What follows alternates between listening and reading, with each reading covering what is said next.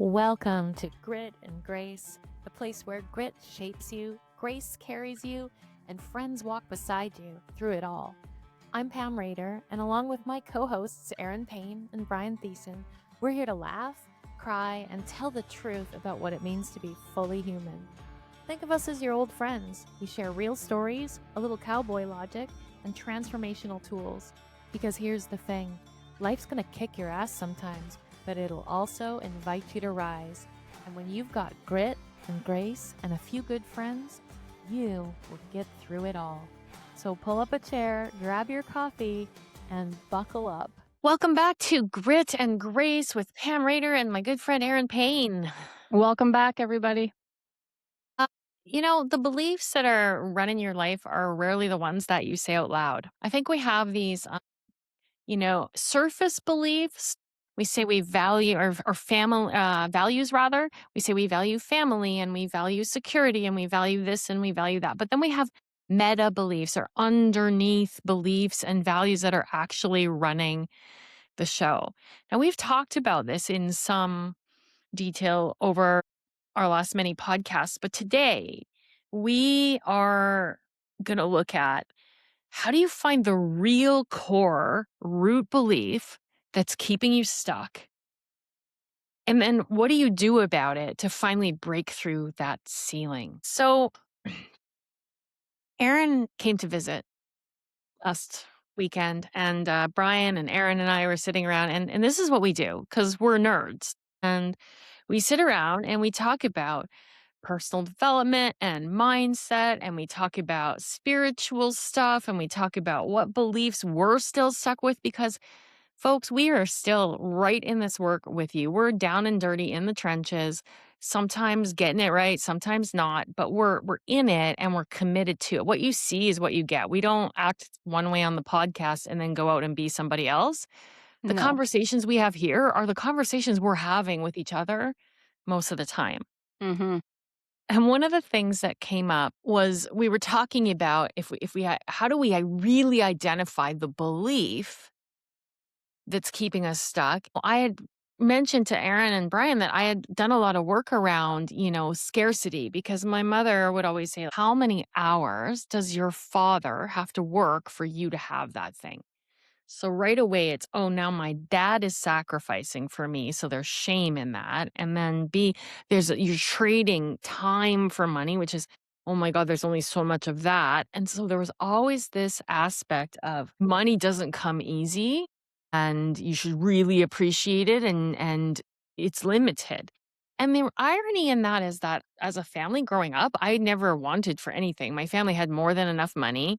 My parents were very generous with us and with all the kids in our neighborhood. They took all the other kids camping all the time. They would, help people out all the time. There was more than enough. But the story in my mother's head was that there would never be enough. And that was all her upbringing. So I did a lot of work around that belief in my life. And I really transformed it to there's always enough. There's always enough. But then you know what happened? And this is where Erin and Brian and I were laughing. There's always just enough. Mm-hmm. There's always just enough, I'm never in trouble and I can generate exactly like even large amounts of money that are just enough to pay for that thing that I decided I wanted or that trip I wanted to go on or whatever. And I thought, why is that? And as Erin and I were chatting, I think Erin asked me, what are my beliefs about people who have wealth? Mm-hmm. And I Yeah. had to really sit with that. And what I got to was I actually know quite a few people in my life. I have a lot of friends, acquaintances, people that I've known for years that are very wealthy. And what I can tell you is overwhelmingly, most of their lives are not lives that I would desire. And in fact, to some degree, some of them are train wrecks. And I say that with the most amount of love for the people. I love the people, but would I want their life? No.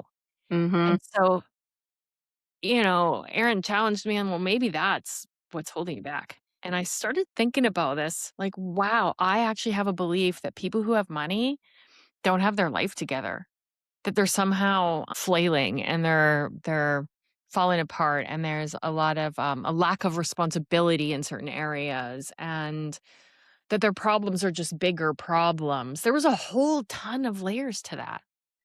And that just So funny, it's just so insidious how that kind of creeps in there, right? Is that so that's like what we see out in the world, Mhm. and that the beliefs that just come in before we even realize they're coming in. Yeah. Do you know people like that that maybe have planted seeds like that for you too? It's so interesting to see people who have a lot of money, and the people that I know, the people that I see, like, they're obviously not very happy. They're not happy in their relationships, they're not happy, and, I mean, I guess I could be wrong, but it's pretty obvious to me. And then you see people who are happy that don't, just whether they don't believe they want money or don't believe that money is gonna help them, or they have their own ceilings about money. It's just like, then that's what we started talking about, right? How does that work? What is that? What's Yeah. our beliefs and of course, we always bring it back to what are our beliefs around it, and then, applying some tools because that's what you and I do. But I definitely have people and family, like, I'm thinking of, like, a distant aunt and uncle and, like, my one of my aunts, and she's very distant. She was the CEO and leader of this massive company, multimillionaire, and she was not very nice. Mhm. A Yeah. little cutthroat to family when they wanted to do business with her, and it's just like, "Okay, maybe that's why she's rich." So, yes. Isn't it interesting? So right there, you just said something, and this is I wanna get into this because the belief goes even further than that. Maybe that's why she's rich. So to be rich, I have to be a jerk. Well, To yeah, be rich, I have to be yeah. ruthless, and that's not who I wanna be. And so Mhm. to not be rich means I'm more grounded, more saintly. I'm nice. It's and it you know what? Spirit, the universe, God, whatever you wanna call it, they're not it's not anti-money. That's No. all our own beliefs about it. Mhm. And Yep. and so in order to discover really the belief and the depth of it and go like, "Oh god, we actually believe it's kind of noble to function Yeah, in life with just enough with and just grateful." enough. Yeah. And we feel like it's too much, like it ruins lives to have too much money, and that's not always the case, of course. And that belief existed in my paradigm. Mhm. But, oh, well, then what's my attachment to being seen as noble? Why do I care so much what other people think of my like, that's how deep the beliefs go. Yes. I mean, And it can just until be we actually identify what's the basic judgment? What's the belief? And then we mhm. go, if you wanna get deeper in it, ask, "Who do I judge? And what is it about them that I judge? And why do I judge that way?" And that's gonna help, because that's what got us to the bottom. We're like, "Why do we judge these people?" Well, because they seem miserable. And then I don't wanna be miserable, and is money connected to their misery? And then we find all the evidence to prove that because 'cause they've never had to take the same level of responsibility, they can buy their way out of shit. They can, buy friends and influence They and can get proximity.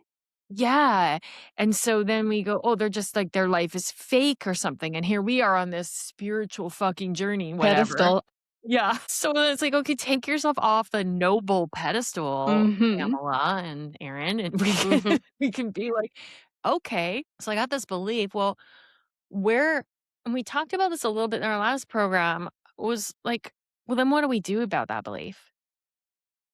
And you and I got to that we have to identify where resistance is, right? Yes, and that can feel tricky, and that's somatic experience. It's like, okay, well, for me, and this is what I teach a lot of my clients, it's like, where do you feel that in your body? And what is that protecting or telling you? And that's where I feel resistance. Yeah, and wherever there's resistance, that's the thing. So we can get to the belief, and then you identify all the different little nuances of that belief and how insidious it is.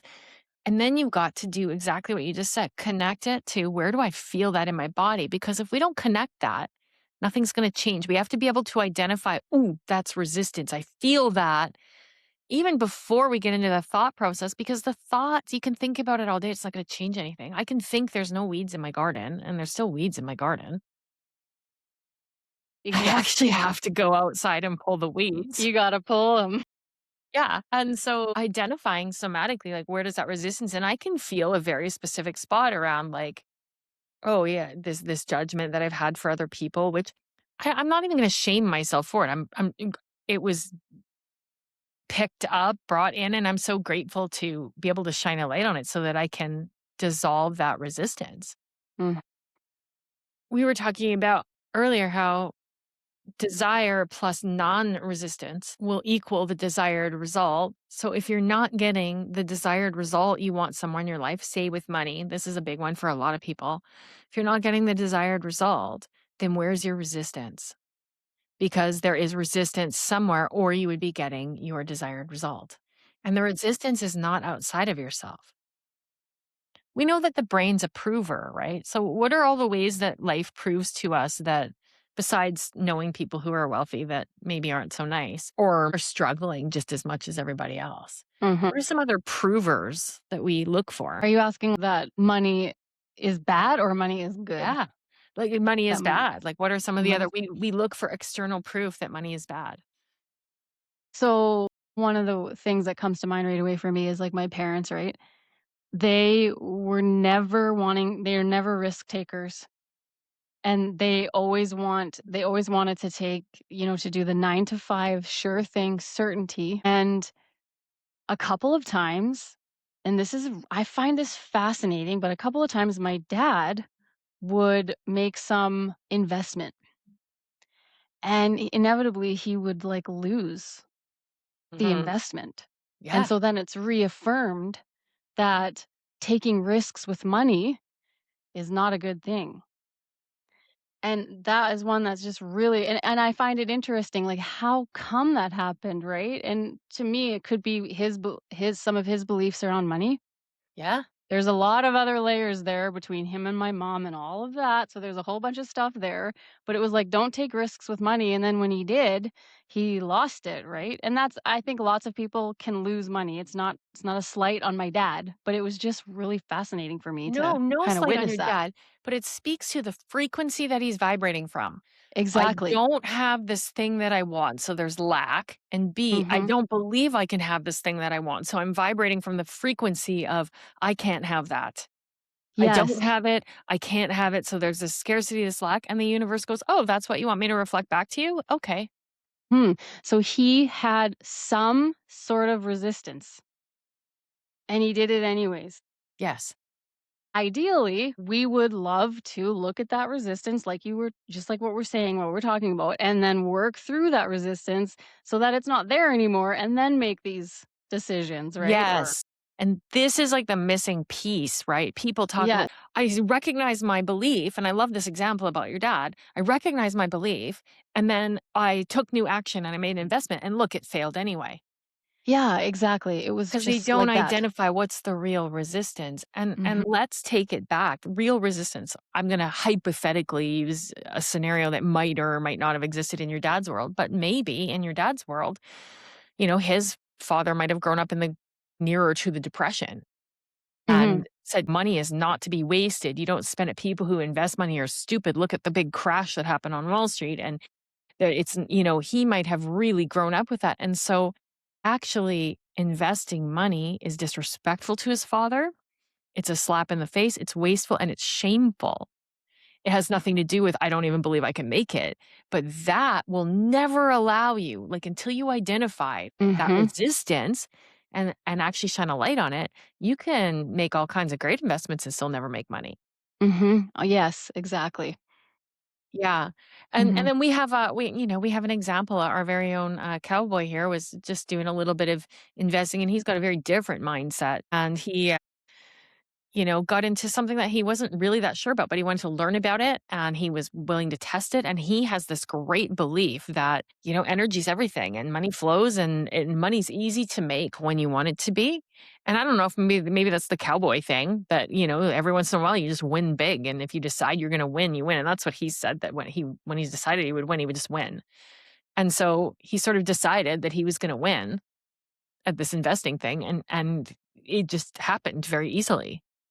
That's amazing. And it can be that easy. Yeah, and then Mhm. he was sharing with us looking at what would be the ideal job for him right now, like moving forward. He wants to work just half time. So all of a sudden, this job out of nowhere comes where it's 2 weeks on and 2 weeks off, making more money than he was making working full time. Yeah. Yeah. And he gets that offer to him, and he's barely doing anything. And I was, how did that even happen? He's, well, of Yeah. course it happened. That's how it Uh-huh. happens. But he has Yeah. no resistance to it. Yeah. He told a story about how he was in his rodeoing days, and he was like, and you can fix this if, or you can correct me if I'm wrong, but he was like, "I'm gonna win whatever, $30,000." And so he went and he did 1 round and he won 20 or something, and then it was like it wasn't quite what he said, but then somehow he went to another round and won another 9 plus 1, and Well, it how ended that up worked that is in the rodeo season. He's doing pro rodeo, but he said, "I'm gonna make, whatever it was, like 20 or $30,000 that year." And he didn't make that. It's over the year, your different wins that you have. And okay, he okay. didn't make that, but he got to the finals, and he was at the Canadian national finals. And he had made, like, I don't know if it was 27,000 or whatever it was, if the number was 20 or 30,000, I can't remember what it was. And even though he was short the money, he went in there and he made the finals. And then he won the exact amount of money that brought Yeah, him up to that goal, and he was like, "I should have set a bigger goal." yeah, exactly, right? It's like and then the next thing he said right away was, that was like almost like a ceiling, like he should have said he wanted Yeah, whatever, and he 50 doesn't or think about it from, 75. "Oh, I'm so lucky and I'm so grateful." He's like, "Why the fuck didn't I make a bigger ceiling?" And Yeah. that's why he's been able to do certain things in his Mhm. life that, have eluded some other people. Mhm. He also told a story. He's not here with us, but we'll try to do him justice Yeah. right now. We're He's basically talking traveling about him. today. But he told a story about having some idols in the rodeo realm that he grew up with watching, and idolizing them and just thinking they were so amazing and thinking he would never be like them. And then when he made the finals, the Canadian finals, he was like eating supper with these guys, and these guys are actually chasing his score. And Mhm. he said, "I Switched. just saw it and everything shifted in my brain," and he thought, "Those fuckers are chasing me." Mhm. And and he just went out there and did what he does, and Yep. so he has the ability to see and then dissolve resistance very quickly. So this is what I wanna kinda give our listeners is, like, it's not just identifying the belief, we have to actually go, "What's under the belief? What are the judgments I have all around it everywhere in my life? And where does that resistance live in me? Am I resistant to people thinking that I am greedy if I have money? Am I resistant to people looking at me the way that I look at other people who have money? Mm. Am I resistant to my parents thinking that I'm too big for my britches?" Yes, that's a big one. Am I resistant to thinking like, "Oh, what if I surpass my parents?" Yeah. And That is a that's very sneaky. Yeah, and that's a very classic common one, is that people will not exceed the amount of wealth that their parents have because it's actually perceived as disrespectful, Yeah, and that is sneaky right? one. So, identifying the belief, then identifying where are all my judgments, and then dissolving the resistance. Well, this is where the work is, right? Mm. This is where the work is, and it's a twofold process. I think, like you said, identifying where it is in your body is really important. Shining light on how to what are what's the cost of that? And I think that's really important because we move away from pain before we move towards pleasure. So we Mhm. have this desire for something pleasurable. We won't move towards that until where we are is too painful. So when we actually look at, oh my God, I'm sick and tired of having just always enough. Mhm. I'm sick and tired of not feeling chosen in my industry or my love life or whatever that is. I'm sick and Mhm. tired of, always being second. Let's say you had a belief like that. Mhm. And when we can shine a light on what that has cost us, to look back, like I look back and I think, "Oh my gosh, my yoga studio could have been so much more successful." And I'm like operating from a different paradigm now and I'm moving things forward in a new way. But I just look at all the years where it just survived, and yes, I helped a lot of people and did a lot of things, and it could have been massive, Mhm. but it was my own resistance to it. I actually had resistance around that. I felt like didn't have enough yoga education, and if I was really big, then people were gonna find that out, which is hilarious to me That now. is crazy. I know, I'm like a walking yoga dictionary now, it's stupid, but I don't Well even well, it's like, but not just like, to recite all the yoga things. Your knowledge is like deep and layered and 100% like better than anyone I've ever come across. And yet I have this resistance because it doesn't look traditional. And so I had to really Yeah. grapple with people will think that I'm Mhm. not the real deal, that I'm some kind of That's right. fraud. And that was a big I can see that. resistance to success in that area. Mhm. And now that I can see that and I feel what that feels like in my body, I can start to look at what's the exact opposite of that. What are all the ways that has not been true? What are all the ways that the opposite of that is true and that I am some kind of fraud or whatever? And I started looking at all the evidence of all of the hundreds of probably thousands of people that I've put through programs and helped and rippled out. And I was actually quite shocked when I started doing it. I was almost embarrassed, and I thought, "Oh gosh, there's resistance in there for me to receive gratitude or to take credit." Mhm. So again, the resistance goes deeper than we think. And so why And is that? Oh, because my mom used to say, "Don't brag." and It goes that deep. yeah, so you're saying that you uncovered some of these resistance strings or threads, if you will, as you were gathering evidence for the exact opposite. Yes. That's That's what I mean. This interesting. is not you can't take any one of these tools and just do that and get somewhere. Mhm.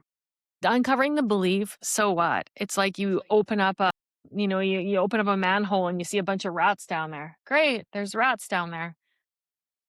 Well, that doesn't change anything. Yeah, the You rats can are put the still cover there. back on the manhole and carry on with your life. Yeah, exactly. It doesn't Don't change look down there. anything. But we Yeah. have to go like, "Oh, why don't I wanna look at those rats? Why am I scared of them? What's really going on here? Is it Mhm. really as scary as I think?" Maybe that's not a great metaphor, it just popped into my head, but I think we treat it like that. It's like, "I don't wanna look Mhm. at that. It's something I'm Mhm. scared of." And we have to go into, yeah, what is it really? What are the judgments I have, and what is the thing I'm afraid of other people judging me for? I've been working through this, but like, okay, so not having clients. So I can make that mean that I'm not chosen on some level, right? And therefore not lovable. And then I start gathering evidence of where clients have come in just without me even trying, Like, I made a call out for women's groups and I get, boom, 10. I made a call out for a clients to come into my package and pay me well, and I got, like, the first ask I got was a yes. Like, I have clients that come in, and, that is one of my most recent I am not chosen, and what that judgment of myself is for sure. Mhm. And, mm, that's an interesting resistance to work through for sure. People who aren't entrepreneurs, it can show up in work like, "I always get passed over," or "I'm never getting a promotion," or "I'm never getting a raise," or "I'm not appreciated." And, if you're walking around with the "I'm not appreciated," do you actually have resistance to being appreciated? Do you have a receptivity problem? Like, there's just so many better questions to ask. As Yeah. soon as we're pointing out here to the world as the reason for our stuckness, we're negating the reality that whatever's out here is projected from within here, within our from our own viewpoint. Mhm. And if we want to see more wealth, we have to remove the resistance to wealth. If we want to see that we're chosen, we have to remove the resistance to feeling chosen. Like, is it that we feel embarrassed? Are we too much? We don't like people making a fuss over us because we were told not to be the center of attention. Mhm. That's often a reason people feel unchosen. Mhm. Because if I'm chosen, just think about we think of chosen as like in love, right? Yeah. But let's think about also if you're chosen, you put up your hand in class when you're in grade 3 and you're chosen and you say the wrong answer. Maybe you have resistance to being chosen. Mhm. Because what if you get it wrong? And so you build a whole life where you're not chosen and you think it has something to do with love, but it has something to do with Mr. Wojtowski from grade 3. Mr. Ursulak, Yeah, I don't know, like, whatever, fucking right? asshole. Yeah.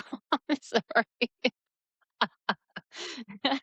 Hopefully he doesn't listen to this. I don't think Yeah. he will. And probably we get a kick out of it if he did. We get so attached, like, "Oh, I know what the belief is." And in fact, okay, so I'm just gonna share something that's really I have a judgment about this, and I'm working with this right now. I fucking hate when clients come in and they're like, "I've done a lot of work around this.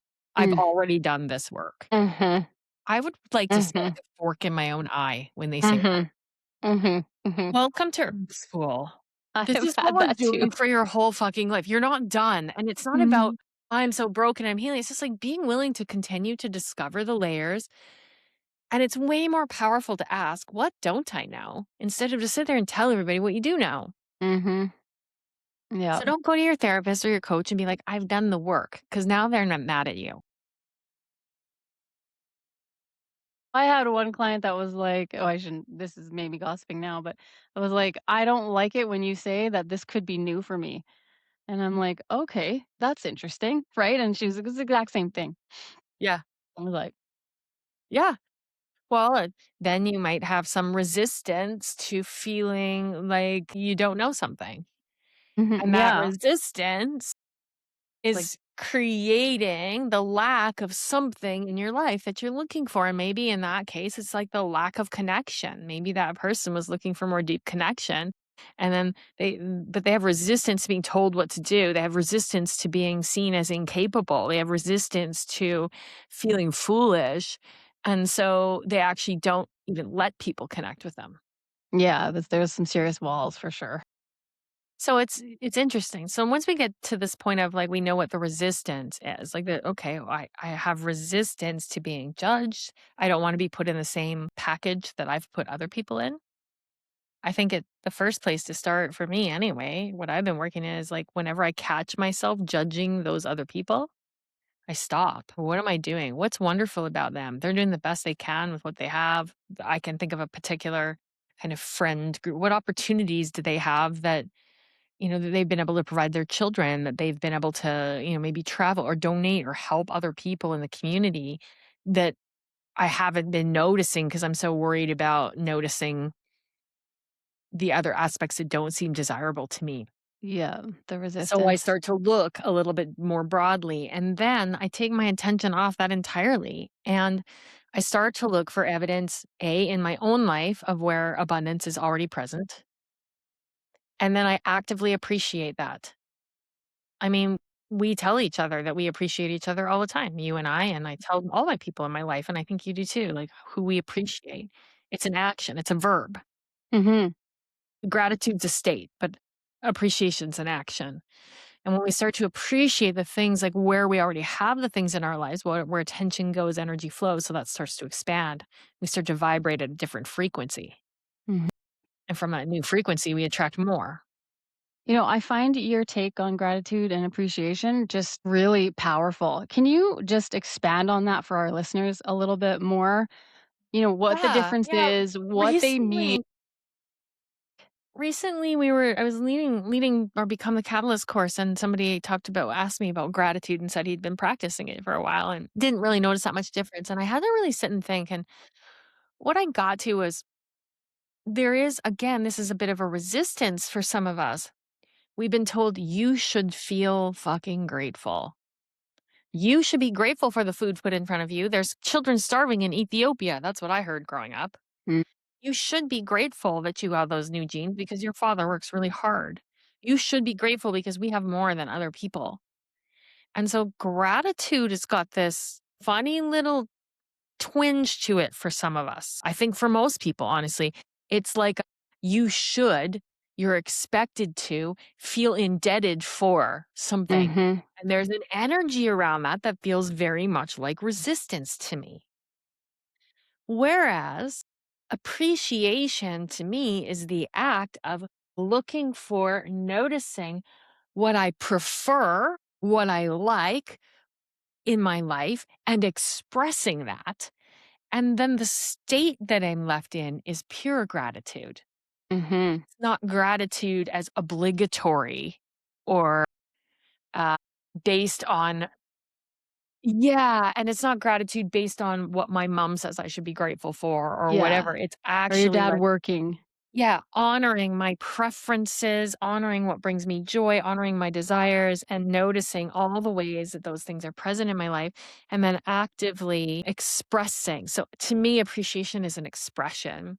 It's not just a thank you. It's actually maybe you're journaling what you appreciate. Maybe you're just looking around and taking it in and mentally noticing. But I know the more that I appreciate things and people and experiences in my life, the better my life gets. Like, if you think about it in terms of relationship, if I were to say to someone, "I don't like when you don't take out the garbage. You should be grateful that I do it for you." That's going to Well, that's produce gonna go one over well. result. Yeah. Or, "I appreciate the way that you consider me and look out for me. And I deeply appreciate when you notice to take the garbage out because that helps me a lot." And it's not manipulation, it's just actually becoming a person, claiming the identity of someone who actively appreciates because I know that when I'm appreciated, I wanna do more of the things I'm appreciated for. Mm. And I think most people are like that. And gratitude's almost like spontaneous state that arises from the action I think so, and of the best way I can appreciation. describe it is like in the West, we say we do meditation. You know, there's a in the 8 limbs of yoga is dhyana, is meditation. But the yogis say it's not meditation is not an act. Dharana, which is concentration, that comes before dhyana, meditation. So we practice concentration. We put our attention on our breath, or we put our attention on our body, or on a candle, or a mantra. That's the act. And then if we are disciplined with that for a period of time, the state of meditation might open up within us. We can't do it. We can't do meditation. It all the stuff that's in the way of it moves away. And I think that's the same with gratitude. I think when we appreciate as a practice is sort of like concentrating on appreciation where attention goes, energy flows. I concentrate on appreciation and then gratitude spontaneously arises within me.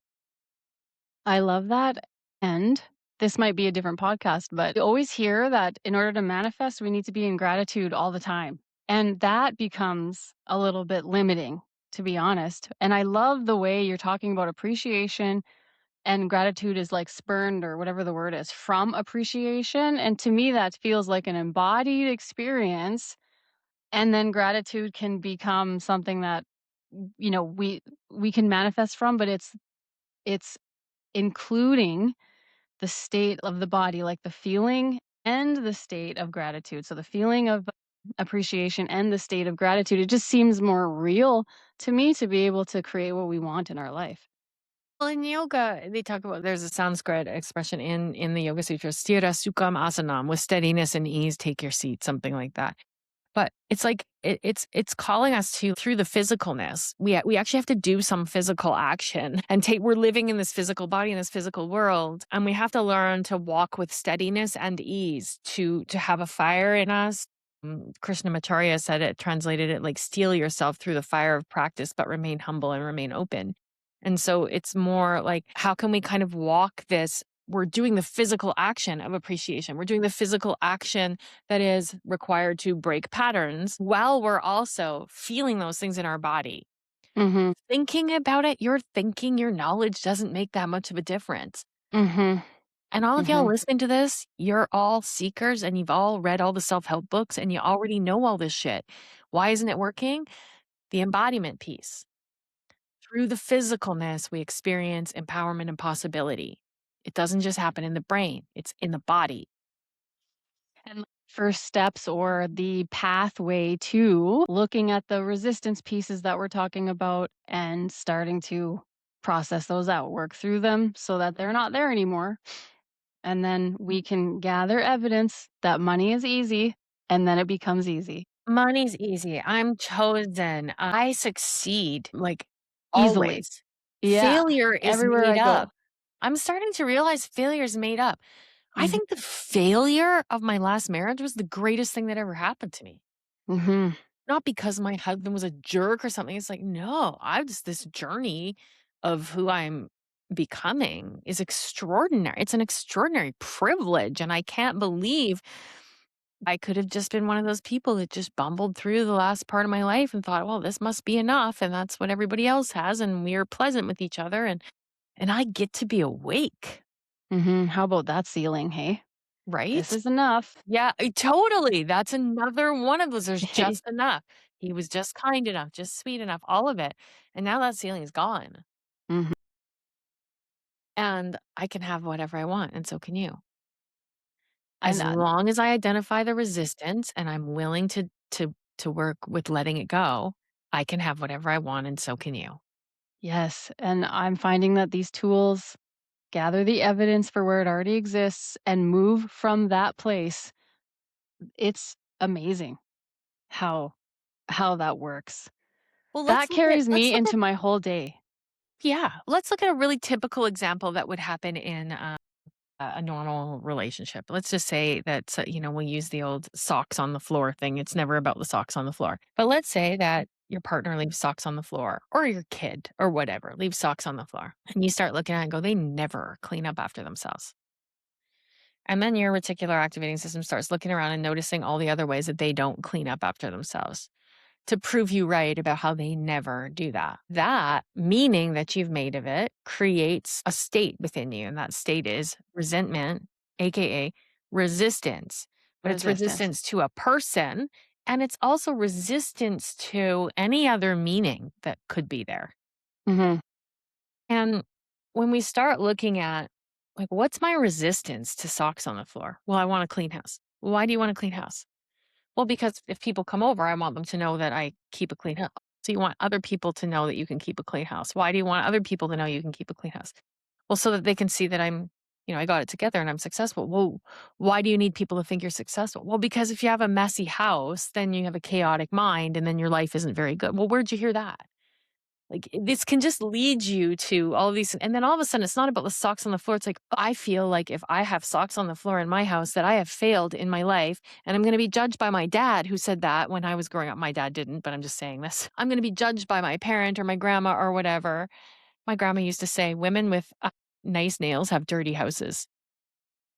Really? Yeah. And so then I judged that. And so to look at it, and maybe you feel disrespected because of that, like that this feeling of needing to be seen as in control isn't as important to your partner or your kid as you. And it's all operating from a resistance to being seen as human, Mhm. as anything but perfect. And until you dissolve that resistance, the socks on the floor are going to keep showing up everywhere in your life, in your car, in your workplace, with your friends, it's just, there will be a version of the socks everywhere in your life. Everywhere. And when you clean up the resistance and the belief that I have to have it all together to be okay. So I have resistance to anything that feels like disorder or chaos. Huh.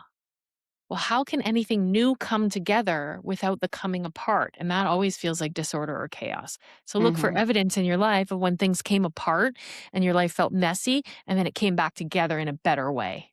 Mhm. That's a good example of how to work with the resistance and then look for evidence of the opposite. And then you start walking differently, you start moving differently. You don't even have to try that hard to take new action because when you actually have the belief that you're someone who can be fully yourself and a yes for the mess, and you're someone who's chosen, and you're someone who attracts abundance.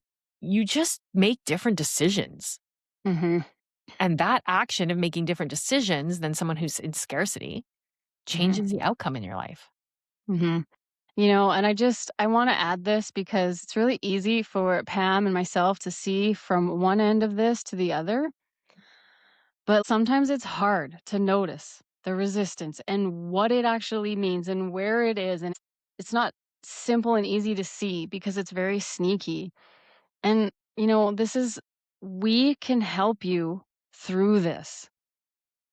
And or anyone who you can go get be a coach. Like, it's not just us. Of course, I would love for you to come to us, but if you have somebody that can help you move through this, sometimes we need help. I talk to Pam all the time about moving through what I'm feeling. I'm feeling resistance to this. Help me. I just need to talk it. I need to verbally process it. Help. Can you help me through it? It's not always easy. We can't see what we Seriously. can't see. The reality is you sometimes need an outside perspective, and this isn't about abdicating trust. The outside perspective is gonna ask you the questions that lead you to discover the resistance for yourself. Exactly. And that's the kind of Exactly. help we're talking about, not outside advice, not that sort of thing. It's like get some accountability, some consistent help along the way because even consistency is not enough. I was talking about this in my yoga class this morning. People can consistently go to therapy and reach a plateau. You can consistently go to the gym and reach a plateau. Consistency plus curiosity about where we can expand is what's going to keep you growing and moving forward in your life. Mhm. And another question that I got from Pam, and it's an amazing question, is okay, so socks on the floor, that's an example. What else could this mean? What else could this mean? Mhm. And that's an amazing example of a question that can get you maybe a little bit deeper. Now What else is I possible used the here? example of socks on the floor, but you're just talking about that, what else could it mean? I actually had that example in my life, and it was my teenage son when Nick was a teenager, and it was socks on the floor, and it was socks on the floor in the hallway. And I stood in the hallway one day so enraged because I was, pick up your effing sock. I'm so sick and tired of this. You don't, I know. And to be fair, he had dishes in his room and all the things that Mhm, teenagers yes. do, all the things. It was one sock on the floor. And I was, what else could this mean? And then I started to laugh. And this is how I always know I'm onto something. Because I started to laugh because I'm like, it could also mean that you're just a fucking control freak. Right? That's what I'm saying. What else could And then I was, Huh. well, if I'm not a control freak, what would I do right now? I would just pick up the sock and throw it in the hamper if it bugs me. It's not about the Mhm. sock. It's like, why does it bug me? Well, if it's bugging me, I could pick it up just the same as anyone else and put it in the hamper. And if my son becomes a useless tit because he can't pick up a sock, that's another girl's problem later in life, not mine. Yeah. Exactly. But it was funny, Exactly. like, when I always know I'm on to truth when I get the, like, God, yeah. I was Mhm. like, "Well, what else could it mean that you're a control freak?" Uh-huh. Mhm.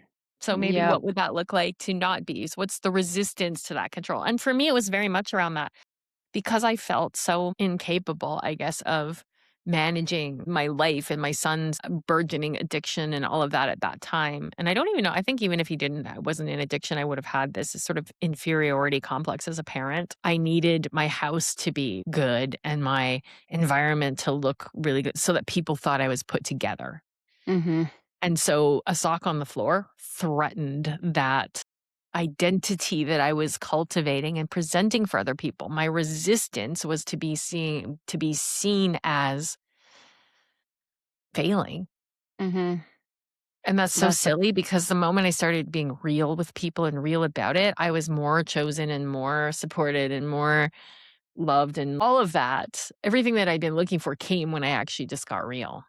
right, and because people see themselves in you, and we're all just similar in so many ways. We are We're more the all just same than trying we to are hold it different. together. Yeah. Yeah. And so when it comes to I wanna get back to the money thing, the abundance thing, Yes, because I wanna finish that loop. definitely. It wasn't enough for me to look at where are there people who are successful that are, like, decent people. I needed to see people who were full of purpose, full of joy, creating beautiful things in the world. And I was looking, like, scrutinizing kinda and I was like, "Oh, it's so obvious right in front of me. Look at a man like Tony Robbins." Like All him or don't right. like him, whatever. I mean, the man, he provides millions of meals for people all over the country. He does not have to work ever a day in his life. His grandchildren's grandchildren will have more money than they could ever spend. And he's out there still trying to empower people, to inspire people. And when you're in his presence, it does not feel like it's coming from ego. You can feel his desire to help and serve. He's And the very more genuine. money he has, the more he serves and the more Mhm. impact he has. And the more it seems this beautiful energy like emanates from within him. And I was like, there is an example of like money being an instrument of expansion and good world. Mhm. And then I started to think of lots of people like that on different scales. But I just thought, you don't have to look for, was it my Uncle Bob or was it like, you can look for someone you don't know and just look for evidence in the world. Because there's Mhm. plenty of evidence of dark in the world, but whatever you look for, you will find. So why not look for evidence of what it is that you want, where it exists. I think success leaves clues as well. When you see someone like that, you start watching, well, why are they so joyful? Someone like him has a habit of appreciation. Mhm. Well, that's something I could adopt in my physical world. And when I Mhm. do that, oh, wow, I'm in a state of gratitude. Oh, geez, I start attracting more things. Weird. Go figure. Yeah. Let's give them the steps in a nutshell so that they Okay. can really. Okay, so step 1. So it's clear. Yeah. Find the pattern. Where like identify the ceiling, where you feel stuck. And that's the place where you're like, "Oh, I just never seem to get past this place. It's always this way." Places where you have always or never. Look at that. And instead of just looking for the belief, like you might have identified, oh, I believed that money was scarce growing up and I've already done that work. I've dealt with it. Well, yeah, that's another one. Look for the pattern. You won't find it by introspecting in the abstract. You'll find it by noticing where you keep hitting the same wall. The money that never grows, the relationships that end the same way, and always being almost chosen. Look for the pattern and look for all the ways it shows up in your life. Okay, so that's number 1. What's number 2, Erin? Find the judgment underneath. This is the resistance piece. So it's also the step that most people skip to Mhm, ask, what do I secretly believe about people who have what I say I want? And so this was Pam, your money example. Successful, wealthy people can have, well, they're kind of train wrecky, some mhm. burnout, broken relationships, staying at just enough was actually safety. And you apply that same question to love. What do I believe about people who let themselves be fully chosen, fully loved, and being chosen? What about people who go all in and get picked first? What about them? Yeah. And once we see, well, here's the pattern and here's all the ways that I have judged other people. And don't be shy about it. Write it down in a journal, share it with someone. It's freeing to see all It the ways is. that we judge other people. There's nothing to be ashamed of. It's just self-protective. But once you see it, you can't unsee it. Hmm. And then you got to look at, well, what's been the cost of me making all those judgments? What has it really kept me from? Because those judgments are the resistance. What has it kept me from? It's held me back a little bit, but like what are the actual costs? Like in terms of money, it could be millions of dollars. In terms of love, it could be a long-term loving relationship. It could be that costing you that deep connection that you really desire. Number And then, four, yeah, what's the fourth step? flip it on its head and articulate the precise opposite of the belief. So this isn't a generic affirmation. It's a personal specific replacement statement. So Pam's example with the money, if I can just keep going to that because it's kind of easier. So the belief was people with money are train wrecks. Flip that on its head. Money allows me to be more free, to help others, and to live my healthiest, happiest life. For me right now, I'm working with money comes to me easily. It comes to me easily. Boom, that's it. That's what I'm working with. Money comes easily. And then so that's just now we're in the state of affirmation. And I think this is where too many people leave it. And here's where the rubber meets the road. The fifth step here is gather evidence deliberately. So go hunting for proof that the new belief is already true in the world and in your own life. So where is it already true? I mean, Erin, you just had an example of you said you paid a bill because you got an unexpected refund from the CRA or something. Boom, done. Yeah. I was like, "I have a win, Pam. My credit card is at 0." Yeah. Yeah. Amazing, right? And so Yes, money came easily. it So there's did. evidence there. And then we can look Mhm, around at evidence of money coming easily to other people as well. mhm. Number 6, Hmm. and this is kind of the final one, take consistent action from the new identity, not the old one. A belief doesn't become real because you found evidence for it once. It becomes real because you start acting like the person who already believes it repeatedly, especially when the old belief tries to reassert itself under pressure. So ask, What would someone who believes this new thing do next this week that I haven't been doing? And when I gather evidence, this is me now, when I gather evidence of the opposite belief, it becomes easier for me to just behave and act from the new belief because it's just already there daily. It's already there Now because of the new evidence I gathered. I want to present something because I think this is where a lot of people get caught up too. Manifestation doesn't happen on a specific timeline. And so sometimes you might adopt this new belief, you start looking for evidence of it, and the old shit is still showing up. Well, that's from the old paradigm that on that timeline, when you believe that you put things in motion that made that come forth in this moment, it hasn't caught up yet. It will take Mhm. some time to weed all that stuff out. So Mhm. just look at it, that was the result of that old thinking, and of course it came up now, and I'm still in the process of this new belief and new evidence, and you keep moving forward with it until you start seeing more of the new evidence than of the old evidence, and what happens then is that's when the identity shift really starts to take hold, and when the identity shift takes hold, your whole life changes. Yes, I call it the old Aaron. Yeah. Oh, that's the old Aaron just trying to hang on with a death grip. Yeah. Yeah, exactly, because to create a new identity, the old version of us has to die, and that part usually goes down kicking and screaming, It so does. Mhm. yeah, but Yeah, don't be discouraged if you do all this work and then some things, some struggles, some obstacles show up for you. inevitably That's it'll they're happen. showing up from past actions that you took that are manifesting just now. It's think of it as a celebration because it's a completion of a cycle that you didn't want to happen, and Yeah, now it's it's pretty done, cool to it's out of see. the way, and you're more free. Yeah. It's pretty cool to see actually and recognize and understand that's what's happening because it doesn't take hold and it's like, that's just that's just what's happening. Yeah. And now I can move forward into my new identity. Yeah, amazing.